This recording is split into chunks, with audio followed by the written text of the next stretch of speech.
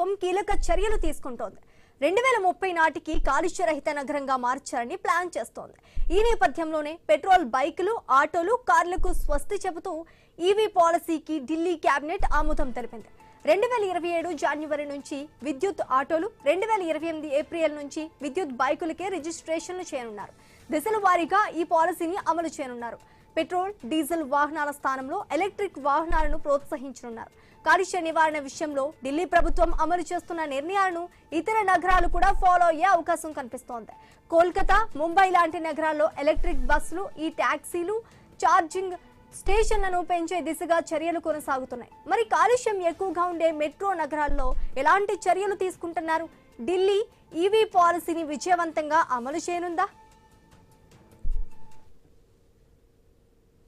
ये EV policy जिसको हम 1 जुलाई 2026 से लागू करना चाह रहे हैं, माननीय एलजी महोदय की संस्तुति के बाद ये 31 मार्च 2030 तक ये पॉलिसी लागू रहेगी और पूरी की पूरी पॉलिसी इलेक्ट्रिक व्हीकल्स के ऊपर केंद्रित है, जिसका जीरो एमिशन व्हीकल्स, जिसके माध्यम से हम चाहते हैं दिल्ली शहर पूरी तरीके से धीरे धीरे पॉल्यूशन फ्री सिटी में कन्वर्ट हो, जिसका लाभ दिल्ली की जनता को मिले। और ये सारा का सारा काम हम अगले 4 सालों में कैसे फेज वाइज इसको करेंगे, उसकी पूरी योजना तय की गई है। और ये इस बात का जिक्र जरूर मैं करना चाहूंगी कि इस पूरी ईवी पॉलिसी के अंतर्गत हमारा 7,000 करोड़ का खर्च तो मात्र इन 4 सालों में होगा और इसके अलावा 8,000 करोड़ अन्य हम लोग इस ईवी इंफ्रास्ट्रक्चर को क्रिएट करने में और जो साल दर साल रोड टैक्सेस जो माफ होंगे उसमें हमने कैलकुलेट किया है। ఇదే టాపిక్ కి సంబంధించి పూర్తి డిస్కషన్ మా కొలీగ్ శివాని అందిస్తారు. శివాని, చెప్పండి, కాలుష్య నివారణకు సంబంధించి ఢిల్లీ ప్రభుత్వం కీలక చర్యలు తీసుకున్నట్టుగా తెలుస్తోంది. అదేవిధంగా ఇది ఎంతవరకు అమలయ్యే అవకాశం ఉందంటారు sir? Right, thank you Sreeja. So మనందరికీ తెలిసిన విషయమే, ఢిల్లీలో పొల్యూషన్ ఏ లెవెల్లో ఉందో, దానికి సంబంధించి జనాలు కూడా ఎంతలా బాధపడుతున్నారో ఇదన్నీ మనకు తెలిసిన విషయమే. కానీ ఇప్పుడు ఢిల్లీ గవర్నమెంట్ ఒక కీలక నిర్ణయం తీసుకుంది. కాలుష్య నివారణకు ఢిల్లీ ప్రభుత్వం కీలక నిర్ణయం తీసుకుంది. దానికి సంబంధించిన నోటిఫికేషన్ అన్ని కూడా జారీ చేయడం జరిగింది. స్వయంగా సీఎం, అక్కడున్న సీఎం రేఖ కూడా క్లియర్ గా చెప్పడం జరిగింది. So we are going to take this all steps అన్నట్టుగా. సో ఏంటి, పొల్యూషన్ ని రెడ్యూస్ చేయడం కాదు, దాన్ని మాయం చేయడం కాదు, మొత్తంగా నిర్మూలించాలి. ఇలా ఒక్కొక్క స్టెప్ తీసుకొని మెల్లమెల్లగా పోవడం కంటే ఒక హ్యూజ్ స్టెప్ తీసుకొని ఒక పాలసీని ఇన్వెంట్ చేస్తే, పాలసీని తీసుకొస్తే జనాలు దాన్ని అడాప్ట్ చేసుకుంటారు, అలవాటు చేసుకుంటారు. అప్పుడు ఢిల్లీ అంతా పొల్యూషన్ ఫ్రీగా ఉంటుందని కూడా అక్కడ ప్రభుత్వం భావిస్తుంది అనమాట. సో ఈ ప్రభుత్వం తీసుకున్న డిసిజన్ ని వేరే స్టేట్ ప్రభుత్వాలు కూడా పాటిస్తే బాగుంటుంది అన్నట్టుగా కూడా చర్చ జరుగుతుంది. అయితే ఏంటి అసలు ఢిల్లీలో పొల్యూషన్ అంతలా పెరిగిపోవడానికి కారణాలు ఏంటో కూడా మనం చర్చించుకోవాలి. అండ్ సెకండ్ థింగ్ ఏంటంటే, ఇప్పుడు ఈ పాలసీ, ఈవీ పాలసీ ఏదైతే తీసుకొచ్చారో దీనికి సంబంధించి అందరు కూడా ఆ పాలసీని ఎంత ఈజీగా, ఎంత త్వరగా అడాప్ట్ చేస్తారనేది కూడా ఇంపార్టెంట్. సో దాంతో పాటు ఢిల్లీ ప్రభుత్వం ఇంకొక కీలక సూచన కూడా చేసింది. పెట్రోల్ మీద నడిచే బైక్ కానివచ్చు, ఆటో కావచ్చు, 4 వీలర్ ఏదైనా, 2 వీలర్ 4 వీలర్ ఇలా ఏదైనా కూడా ఇక మీదట దాన్ని స్వస్తి పలకాలి. ఈవీ ఎలక్ట్రానిక్ వెహికల్స్ నే వాడాలి. ఎలక్ట్రానిక్ వెహికల్స్ కి సంబంధించి రిజిస్ట్రేషన్స్ కూడా మేము పక్కా ప్లాన్ తో చేస్తాం. దానికి సంబంధించి ప్రాసెస్ కూడా రెడీ చేస్తున్నాము. So everyone has to use EV electric vehicles అనేది కూడా క్లియర్ గా చెప్తున్నారు. సో ఏంటి, జనాలు ఎంత ఈజీగా దీన్ని అడాప్ట్ చేసుకుంటారు, ఎంత ఈజీగా ఈ పాలసీని అబ్జర్వ్ చేసుకుంటారు అనేది కూడా చాలా ఇంపార్టెంట్. కాబట్టి దానికి సంబంధించి మాట్లాడడానికి మనతో పాటు జాయిన్ అయ్యారు సుందర్ గారు, ఎన్వైరన్మెంట్ సైంటిస్ట్. ఆయనతో కూడా మాట్లాడే ప్రయత్నం అయితే చేద్దాం. సో నమస్తే అండి సుందర్ గారు. మనకు తెలిసిందే ఢిల్లీ సిచ్యువేషన్ మనం చూస్తూనే ఉన్నాం. రోజు రోజుకి అక్కడున్న ఎయిర్ క్వాలిటీ అంతా కూడా డ్రాప్ అయిపోతుంది. అందరి ఇంట్లో ఒకప్పుడు ఫ్రిడ్జ్, ఏసీ ఇవి ఉంటే చాలా అని అనుకునే వాళ్ళు. బట్ ఇప్పుడు సిచ్యువేషన్ ఏ విధంగా ఉంటే ఎయిర్ ప్యూరిఫైయర్ ఉందా లేదా అనేది కూడా అందరు చెక్ చేసుకుంటున్నారు. అంత అధ్వానంగా తయారైంది ఢిల్లీలో ఉన్న సిచ్యువేషన్. సో ఈ కొత్త పాలసీ అనేది ఏ విధంగా ఢిల్లీ ప్రజలకి హెల్ప్ఫుల్ గా ఉంటుందని మీరు అనుకుంటున్నారు? మనం చూస్తున్న ఈ ఢిల్లీ పొల్యూషన్ అనేది ఈ రోజు వచ్చింది కాదండి. ఇది కొన్ని సంవత్సరాల నుంచి పాటు అది ఎన్విరాన్మెంటల్ వాల్యూస్ అన్ని కూడా డిఫెన్సివ్, అంటే డిఫెన్సివ్ మ్యాటర్ నుంచి డిఫెన్సివ్ గా తయారవుతున్నాయి అనేది మనం ఖచ్చితంగా చెప్పాల్సిన అవసరం ఉంది. రెండోది ఏంటంటే వాహనాల సముదాయం అనేది మనకి వినియోగాలను బట్టి వాహనాల సముదాయం మనం పెంచుకుంటూ వెళ్తున్నాం. వాహనాన్ని పెంచగానే సరికాదు, వాహనంతో పాటు మనకి పెట్రోల్, డీజిల్, ఇంధనాలు కూడా చాలా ఇంపార్టెంట్. ఈ ఇంధనాలు కూడా ఎంతో కాలం నుంచి మనకి తెలిసినవన్నీ కూడా పెట్రోల్, డీజిల్ వరకే మనకు తెలుసు. ఆ తర్వాత పెట్రోల్, డీజిల్ కూడా కొంచెం హార్మ్ఫుల్ గ్యాసెస్ రిలీజ్ చేస్తూ ఉన్నాయి, టాక్సినైజ్డ్ గ్యాసెస్ వస్తూ ఉన్నాయి. వాటి వల్ల భారీ స్థాయిలో పొల్యూషన్ ఉత్పన్నం అవుతా ఉంది అనేది కొంత గుర్తించడం జరిగింది. ఈ గుర్తింపు ఎప్పటి వరకు తెలిసింది అంటే మనకి ఢిల్లీలో ఉండే AQI అంటే 250 నుంచి 300 మధ్యలో మనకి AQI నమోదైనప్పుడు ఏ ఇంధనం చేత ఇంత పరిస్థితి అవుతా ఉంది, ఏ వనరులు మనకి ఎక్కువగా వాడబడతా ఉన్నాయి, వీటన్నిటిని కూడా కొంచెం అందరూ కూడా అనాలిసిస్ చేయటం జరిగింది. సో దానికి భాగంగానే ఇప్పుడు మనకి చూస్తున్నాము. కానీ ఇది ఇప్పుడు యుద్ధ ప్రణాళికలో ఈ రోజు ఇది చేస్తే ఇది ఖచ్చితంగా అయ్యేటట్టు అనిపించట్లేదు ఇది ఇప్పుడు. ఎందుకంటే ఓకే, ఓవర్ నైట్ మిరాకల్ జరగకపోవచ్చు, కానీ ఎన్ని రోజులు పడుతుందండి సుందర్ గారు ఈ ప్రజలు ఈజీగా దానికి అలవాటు పడడం? ఎందుకంటే ఇన్ని సంవత్సరాల నుంచి పెట్రోల్, డీజిల్ మీద వాళ్ళు వెహికల్ అనేది తీసుకుంటూ ఉంటారు, వాటికి సంబంధించి అలవాటు చేసుకున్నారు. బట్ ఈ కొత్త పాలసీ అనేది ఎంత ఈజీగా అడాప్ట్ చేసుకుంటారు? ఎంత టైం పడుతుంది ఆ కొత్త పాలసీని అడాప్ట్ చేసుకోవడానికి? ఇప్పుడు మనం చూసినట్లయితే ఈవీ వెహికల్ అంటే ఒక ఆటో, మామూలు ఆటో, జనరల్ ఆటో 1,50,000 2 లక్షలు ఆ రేంజ్ లో ఉంది. ఈవీ వెహికల్ వచ్చేసరికి ఇంకొక 50 నుంచి 75,000 లక్ష రూపాయల వరకు అదనపు ఖర్చు ఉంది. ఇది ఎంతమంది భరించగలుగుతారు అనేది మొట్టమొదటి ప్రశ్న దీంట్లో. తర్వాత వెహికల్ కి మెయింటెనెన్స్ కూడా ఉంటుంది. 1,00,000 కిలోమీటర్లు, 50,000 కిలోమీటర్లు తర్వాత ఆ బ్యాటరీ తన యొక్క సామర్థ్యాన్ని కోల్పోతుంది. ఎప్పుడైతే బ్యాటరీ సామర్థ్యం కోల్పోతుందో ఆటోమేటిక్ గా బ్యాటరీని మళ్ళా తిరిగి పునరుద్ధరించాల్సి వస్తుంది, అంటే కొత్త బ్యాటరీని వేసుకోవాల్సి వస్తుంది. ఈ పాత బ్యాటరీని ఎవరు తీసుకెళ్తారు? దీన్ని రీసైకిల్ చేస్తారా? రీసైకిల్ చేస్తే మళ్ళీ ఏమన్నా పబ్లిక్ ఏమన్నా ఎక్స్చేంజ్ మనీ ఏమన్నా వస్తుందా అంటే మనకి లెడ్ యాసిడ్ బ్యాటరీలో ఈ సౌకర్యం ఉంది. ఇప్పుడు లిథియం అయాన్ బ్యాటరీస్ లో కూడా సేమ్ అలాంటి సౌకర్యం ఉందా లేదా అనేది మనం ఒకసారి క్వశ్చన్ చేస్తే అలాంటి అవకాశం ఇక్కడ లేదు. అది రీసైకిల్బుల్ కాదా అనేది కూడా తెలియదు. కాకపోతే వాహనాలు నడిచేటప్పుడు మనకి కాలుష్యం అయితే కొంత శాతం నమోదు తగ్గేదానికైతే అవకాశం మనకి కనిపిస్తుంది. కానీ ఏదో ఒక ప్లేస్ లో అంటే ఇప్పుడు కానీ అందరూ అలవాటు చేసుకుంటారా అండి? ఆ పాలసీని అడాప్ట్ చేసుకుంటారా అనేది కూడా ఇంపార్టెంట్ అండి. దాని గురించి కూడా అందరూ మాట్లాడుకుంటున్నారు. ఒక ప్లాన్ ని తీసుకురావడం ఓకే, కానీ అది ఇంప్లిమెంట్ చేయాలంటేనే అసలు తలనొప్పి అక్కడే కదా అనేసి అందరూ అనుకుంటున్నారు. ఇంప్లిమెంట్ చేయాలి అంటే ఎగ్జిస్టింగ్ వెహికల్ ఉంటది కదమ్మా, ప్రతి ఒక్కరికి ఎగ్జిస్టింగ్ వెహికల్ ఉంటుంది. ఆ ఎగ్జిస్టింగ్ వెహికల్ ఏం చేయాలి వాడు? అది కాలుష్యం కాదా? ఇప్పుడు దాన్ని నేను ఎక్కడో స్క్రాప్ కి పడేశాను. నా దగ్గరే ఒక వెహికల్ ఉంది, ఢిల్లీలో ఉంటున్నాను నేను. నా దగ్గర ఒక వెహికల్ ఉంది, ఎగ్జిస్టింగ్ ఒక కార్ ఉంది, లేకపోతే ఒక ఆటో ఉంది, లేకపోతే ఒక మోటార్ సైకిల్ ఉంది. ఈ వెహికల్ నేను స్క్రాప్ చేయాలి కదా, లేదా సెకండ్ హ్యాండ్ లో అమ్మేసేయాలి.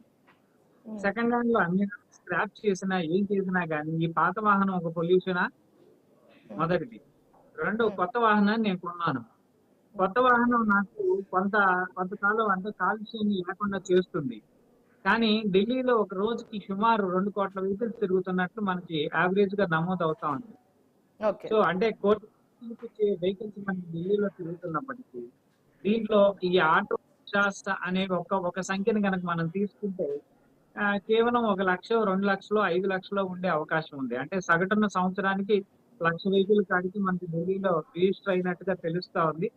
సరే, కనీసం 15 సంవత్సరాల నుంచి అంటే ఒక 15 లక్షల వెహికల్స్ మనకి ఢిల్లీలో. సుందర్ గారు, గతంలోనే ఢిల్లీ ప్రభుత్వం ఇంకొక నిర్ణయం చెప్పింది. అదేంటంటే ఒక బండికి 15 సంవత్సరాలు దాటిపోయిందంటే ఆ బండిని ఇంకా వాడకూడదు, దానికి బదులు వేరే తీసుకోవాలి, లేకపోతే అలాంటి బండిని వాడకుండా సైడ్ పెట్టడమే బెస్ట్ అన్నట్టుగా గతంలో ఒక తీర్పు అనేది ఇవ్వడం జరిగింది. కానీ అది సక్సెస్ఫుల్ అవ్వలేదని ఇలాంటి ఒక డిసిజన్ తీసుకుంటున్నారా, లేకపోతే అది అందరూ ఫాలో అయ్యి వాళ్ళ 15 ఇయర్స్ ఉన్న వెహికల్ ని సైడ్ పెట్టేశారా?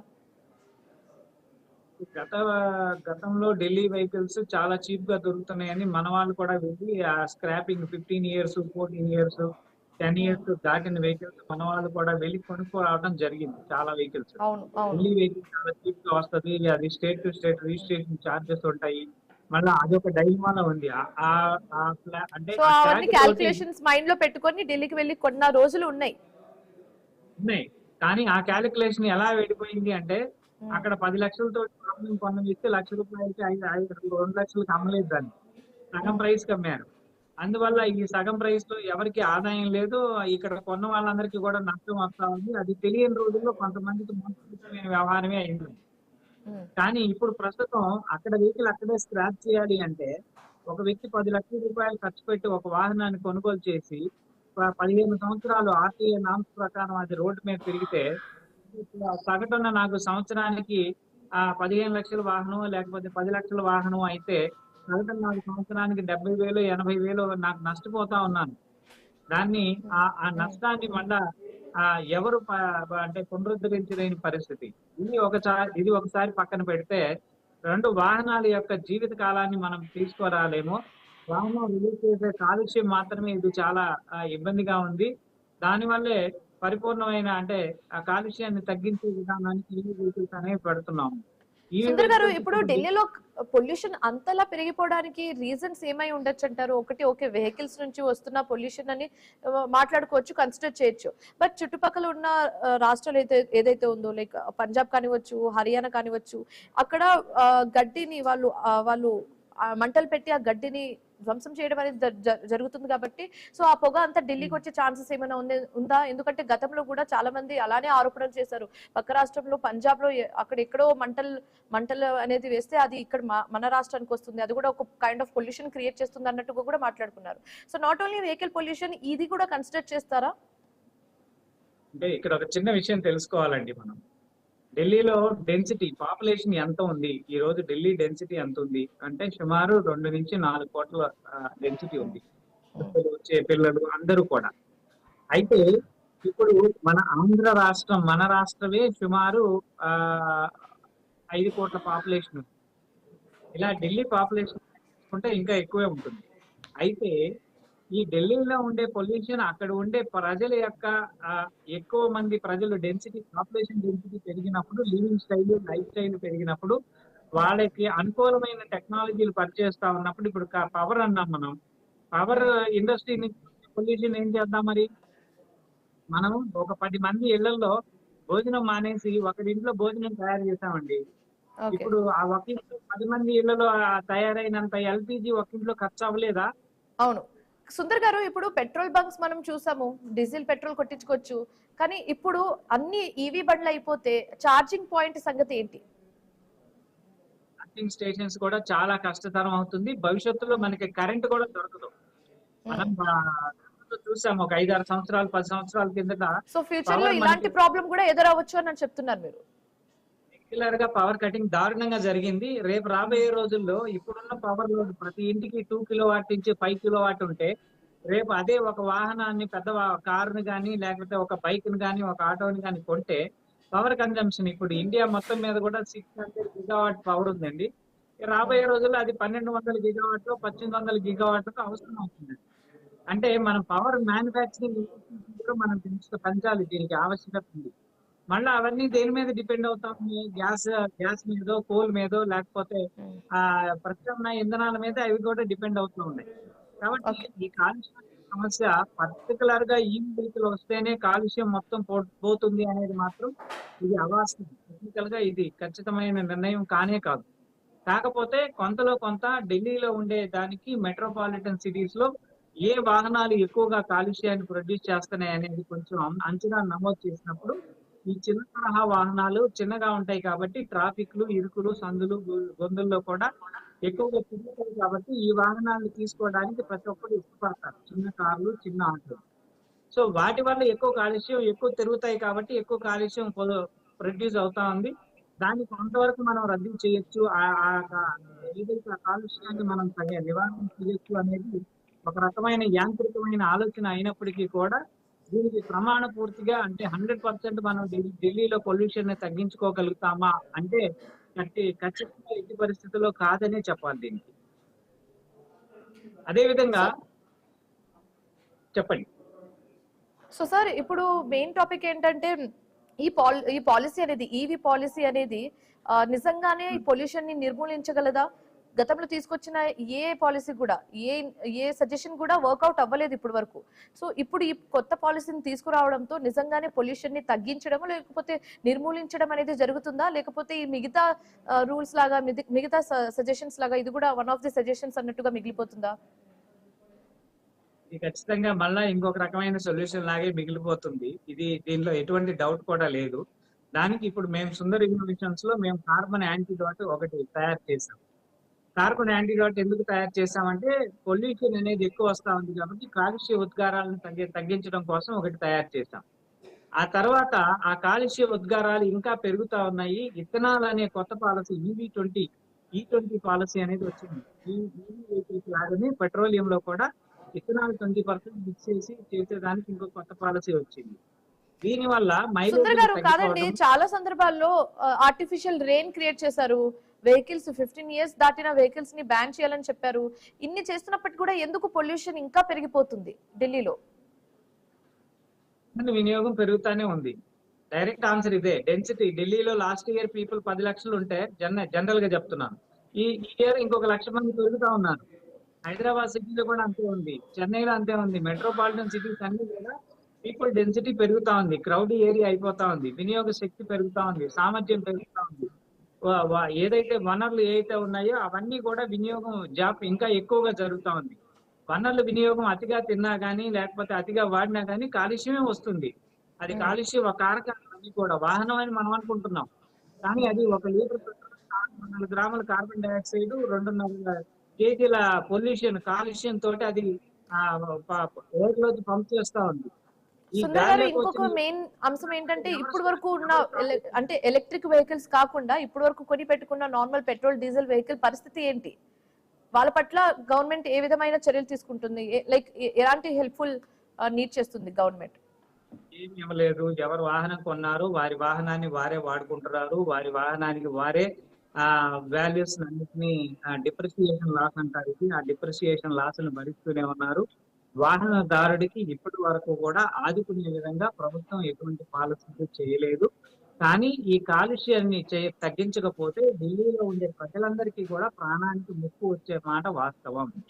ఈ ప్రాణానికి ముప్పు వచ్చే పరిస్థితి నుంచి ప్రాణాంతకమైన ఈ కాలుష్యాన్ని దూరం చేయాల్సిన పరిస్థితి అయితే ఒకటి వాస్తవంగా ఉంది.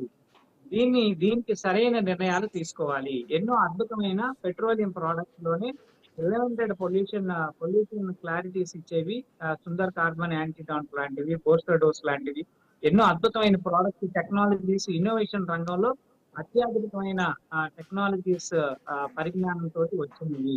వాటన్నిటిని కూడా అడాప్ట్ చేసుకొని ప్రభుత్వం వీటి పట్ల ఏదైనా చేస్తే సామాన్యుడికి ఎగ్జిస్టింగ్ వెహికల్ వాడుకునే దానికి అవకాశం ఉంటుంది. ఆ ఎగ్జిస్టింగ్ వెహికల్ ద్వారా కొంత కాలుష్యాన్ని తగ్గించుకోవచ్చు. ఎట్లాంటి అంటే ఫైనాన్షియల్ భారం, అంటే వాడికి వర్తక సామ్రాజ్యం, వ్యాపార సామ్రాజ్యం ఎటువంటి భారాన్ని వాడు మోసే అవసరం లేకుండా ఉంటుంది. ఇప్పటికిప్పుడు సగటున మనం ఈవీ వెహికల్, ఆటో రిక్షాస్ అంటే సుమారు 1 సంవత్సరానికి 80,000 నుంచి 1,00,000 వెహికల్స్ ఢిల్లీలో తిరుగుతున్నాయి. కొత్త వెహికల్స్ నేను చెప్తా ఉంది. అంటే ఈ సంవత్సరం ఈ జీవో వల్ల ఈ రాబోయే సంవత్సరం 26, 27 ఫైనాన్షియల్ ఇయర్ లో లేదా 27 ఫైనాన్షియల్ ఇయర్ ఫైనల్ గా ఈ డిసిజన్ మీద మీ టేక్ ఏంటండి? 1,00,000 వెహికల్స్ కి మాత్రమే మనం మార్చే అవకాశం ఉంటుంది. What about 1.2 crore, 1.5 crore vehicle? 1,00,000 vehicle కి మాత్రమే మనం మారుస్తున్నాం ఈ పాలసీ ద్వారా. ఇంకా 1.5 కోటి వెహికల్స్ ఢిల్లీలో తిరుగుతూనే ఉన్నాయి. సరిబేస సంఖ్యలో, మీరు చెప్పిన విధంగా సరిబేస సంఖ్యలోనే వాహనాలు తిరుగుతూనే ఉంటాయి. బట్ రేపు రాగానే శీతాకాలంలో ఇంకా పొల్యూషన్ పెరుగుతా ఉంది. ఆ తర్వాత పక్క రాష్ట్రాల నుంచి పొగ రూపంలో కూడా వస్తుందని చెప్తా ఉన్నారు. పక్క రాష్ట్రాల నుంచి పొగ వస్తేనే ఇలా ఉంటే ఉన్న రాష్ట్రాల్లో పవర్ ప్లాంట్లు ఇంకా డబుల్ చేస్తే ఆ పొగ మరింతగా పెరగదా? ఈ ఈవీ వెహికల్ అన్నిటికీ కూడా పవర్ చేయాలి అంటే ఇంకొక పవర్ ప్లాంట్ మీద డిపెండ్ అవ్వాల్సిన అవసరం ఉంది కదా. రైట్ సుందర్ గారు, థ్యాంక్ యూ సో మచ్ అండి. సుందర్ గారు జాయిన్ అయినందుకు అండ్ మీ ఒపీనియన్స్ ని మాతో షేర్ చేసుకున్నందుకు. సో ఇవి ఇప్పటి వరకు ఉన్న updates. For more updates keep watching I news. మీతోనే మీ వెంట.